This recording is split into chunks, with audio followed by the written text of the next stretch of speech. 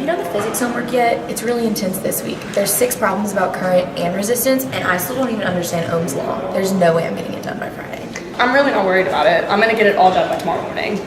Really? How are you not worried about it? I haven't even seen you go to class this semester, so how do you get the material so well? It's pretty easy. I just found this website where you can pay someone to do your homework for you. Really? It's that easy? You just pay $40 and type in problems and boom, instant A. Oh, what's this website? I have to use it. Most people who see something like this will immediately recognize it as an example of cheating. These students paid someone else to do homework that they would turn in for credit. Yes, this is a clear violation of the Code of Student Conduct. Just as important, these students miss an opportunity to master necessary course material in their physics class. If you have already been introduced to this topic of academic integrity, it will be important that you continue to take part in this conversation about ethical decision-making inside and outside of the classroom. Unfortunately, academic misconduct is a common occurrence at colleges and universities. What oftentimes starts as skirting the rules on homework assignments can spiral into cheating on exams, to falsifying data in lab courses, to plagiarizing sections in design reports. However, these ethical breaches don't just stop when someone graduates from college. There are numerous examples of poor decision-making and ethical violations in industry which result in safety or environmental violations, plant disasters, and financial ruin. The focus of these videos is to educate students about appropriate versus inappropriate behavior in several types of courses they will take during their university education, including traditional lecture-based courses where we'll discuss homeworks and exams, as well as computer-based classes and lab courses. Your instructors strive to produce honest graduates with good study habits and excellent work ethic who will one day make outstanding professionals. It is the dedication of our faculty and the integrity of our students that allow your school to enjoy a strong academic reputation. This is not an exhaustive list of prohibited behavior. Definitions of academic misconduct found in your school's Code of Student Conduct are meant to be interpreted broadly. The following examples are being provided in an effort to help students successfully navigate situations where they are confronted with ethical dilemmas involving the integrity of their work. Ultimately, your instructors want you to develop a level of confidence and competence in the work that you do. Have you started the chemistry homework yet? Started. Dude, I'm already done. There's like 12 problems. And how'd you number 5? It's all on check. I already copied it down and I changed it up a little. I can go out. I need a check account. Can I copy yours, change it a little bit so we don't get caught? Yeah, dude. Students will say that they can study the solutions later and learn it for the test. But they are thinking, what are the chances I will get caught? Often the student doesn't retain the information beyond the test and doesn't learn anything as a result. They just pass the class and do the same thing for the next class. So if they finally graduate, they lack the basic competency to perform as a professional.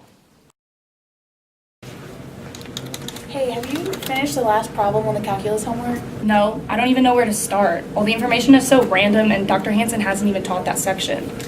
Yeah, it's not really fair, but if you Google Pearson textbook solutions, it's the first link and all the solutions are online. So I think maybe we can just see how they start the problem and then try to work it out by ourselves and check our answers. I mean, it doesn't even matter because everyone knows the solutions are online, even the professor, so. Okay. These students have rationalized their use of an online solutions manual. The use of an online solutions manual is just as problematic as the use of a hard copy manual. The idea that everyone knows of the existence of the online manual should be seen as irrelevant. The fact that a resource is online, freely available, and unrestricted does not mean the professor has granted permission to use this material. Okay, I got a time dilation of 70.1 seconds. What does the book say? Oh, that's an even number problem. There's only odds in the back. Of course. Well, little does he know, we can check our answers on Chegg. Yeah, I got it pulled up. I got 87.3 seconds. What did we do wrong? Students sometimes ask, why is this cheating if I'm just looking up the final answers to check my work? Ultimately, it all comes back to your ability to follow instructions. The students in this case accessed a resource that gave them an unfair academic advantage on this assignment. In addition, Chegg solutions and online solution manuals often contain errors, so using them might even be a bigger waste of time than just doing it yourself. Plus, if you duplicate an error in the solution manual, it's easy for the professor to know that you used unauthorized solutions. The examples you have just seen are some of the most common violations of the Code of Student Conduct. While the students use these online resources to various extents, all of them gain an unfair advantage over their classmates in completing their homework. Moreover, these students have robbed themselves of the opportunity to actually learn the material and practice key course concepts that will most likely show up on exams. One of the most common occurrences that we have observed is that students who rely on online resources like Chegg and Course Hero might have good homework grades, but these same students tend to perform poorly on exams, which are oftentimes weighted more. Additionally, there will be no Course Hero, Chegg, or a set of online solutions when you start working as an engineer. So relying on this during your training prevents you from mastering the problem-solving methods that are the hallmark of a good engineer. We also want to point out that the use of online resources is completely up to the discretion of your instructor. If the course instructor specifically says to avoid these materials, then using them is a violation of the Code of Student Conduct. However, if your instructor does not care or thinks that these resources are allowable, then you may use them. However, recall our observations about the link between Chegg usage and exam scores. The most important responsibility you have as a student is to check your course syllabus and learn about your instructor's policies and expectations at the beginning of the semester. I just don't understand the right-hand rule in our physics class. Have you figured it out? Actually, that gave me a lot of trouble too, but I watched a Khan Academy video and it really cleared some things up. Wait, what's Khan Academy? So it's this free organization that does mini lectures on YouTube, and they go through a lot of the concepts basically on any subject, and they do a lot of examples too. Oh, I guess I'll just look it up. Thank you so much. Hey, do you think you can help me with this calculus problem and then tell me how you did it? Yeah, actually I found some help online. There's a lot of good resources if you go on the website for our textbook, Pearson. I found a tutor in there. There's a lot of people, so you should be able to find someone for you. Oh, that's a great idea. Thank you. Yeah. Hey, have you taken Chem 2 yet? Yeah, I took last semester.